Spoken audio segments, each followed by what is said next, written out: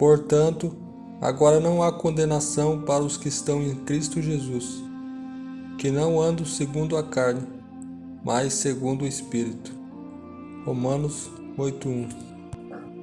Uma jovem havia sido brutalmente assassinada, e o assassino era desconhecido. A polícia preparou uma armadilha, escondendo um microfone no túmulo. Numa noite, meses após a morte da mulher, um rapaz aproximou-se da sepultura e, ajoelhando-se aos prantos, implorou o perdão da jovem morta. A polícia, ao monitorar as palavras do rapaz, o prendeu pelo crime. O que levou o rapaz àquele túmulo? Foi a culpa? O que mais poderia ser? Mesmo que não tenhamos feito algo tão ruim quanto o que aquele jovem fez, somos culpados.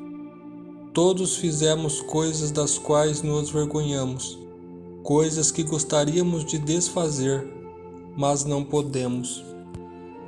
Como é feliz aquele que tem suas transgressões perdoadas e seus pecados apagados.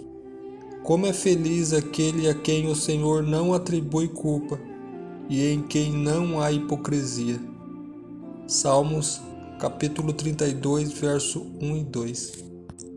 Na sua infinita bondade, Deus nos apresenta 3 passos fundamentais para que possamos nos livrar da culpa.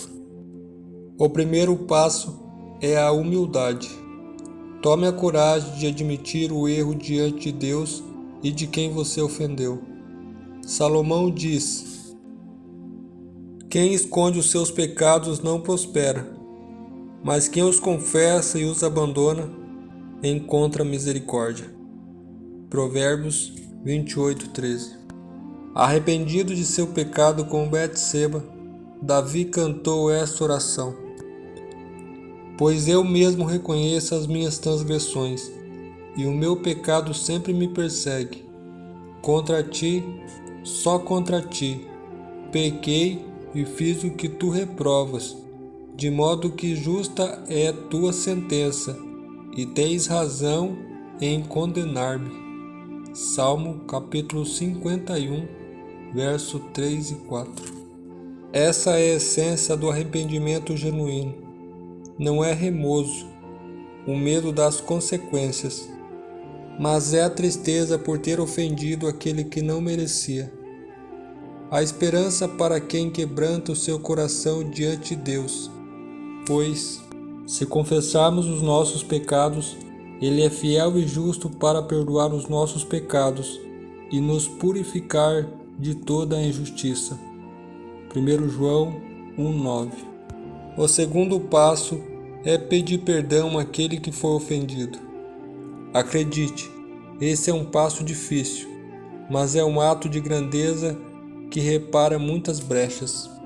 Muitos relacionamentos quebrados por anos seria restaurado em minutos se tão somente houvesse o pedido de perdão.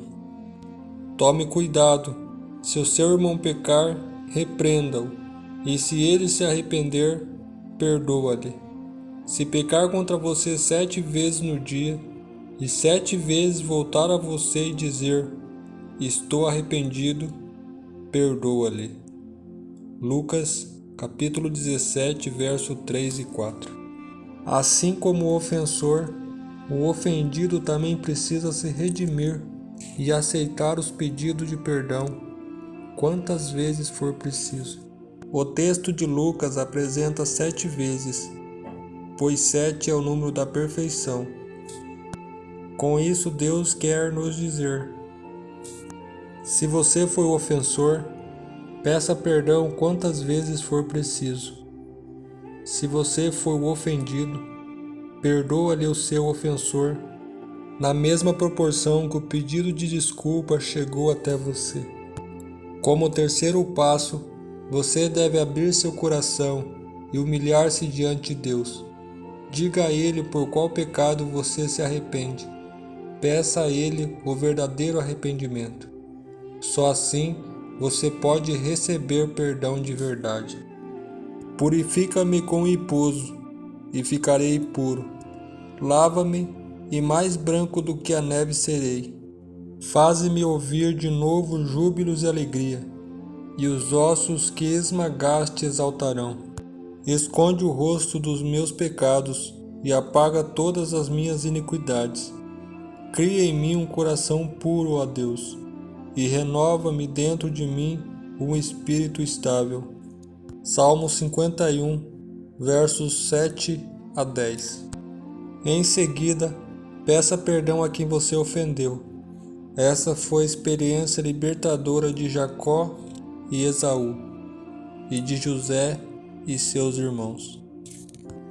Quem sabe você já tenha perdido a oportunidade de pedir perdão a quem você ofendeu. Pode ter sido essa a última oportunidade, pois a distância até a morte pode impedir de reparar os seus erros, e nunca mais você terá outra chance. Não tenha receio e não se preocupe se essa pessoa irá aceitar ou não o seu pedido. O que precisa ser feito no momento é se livrar da culpa de agressor e viver dentro das normas de Cristo. Pense no quanto é bom olhar novamente no rosto de quem você ofendeu e chamá-lo de meu amigo ou meu irmão. Jesus já fez tudo o que era necessário para perdoar você.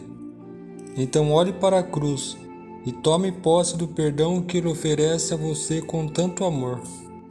Esse perdão é uma das grandes promessas do relacionamento da aliança com o Senhor, e que não temos mais que viver sob o peso da culpa.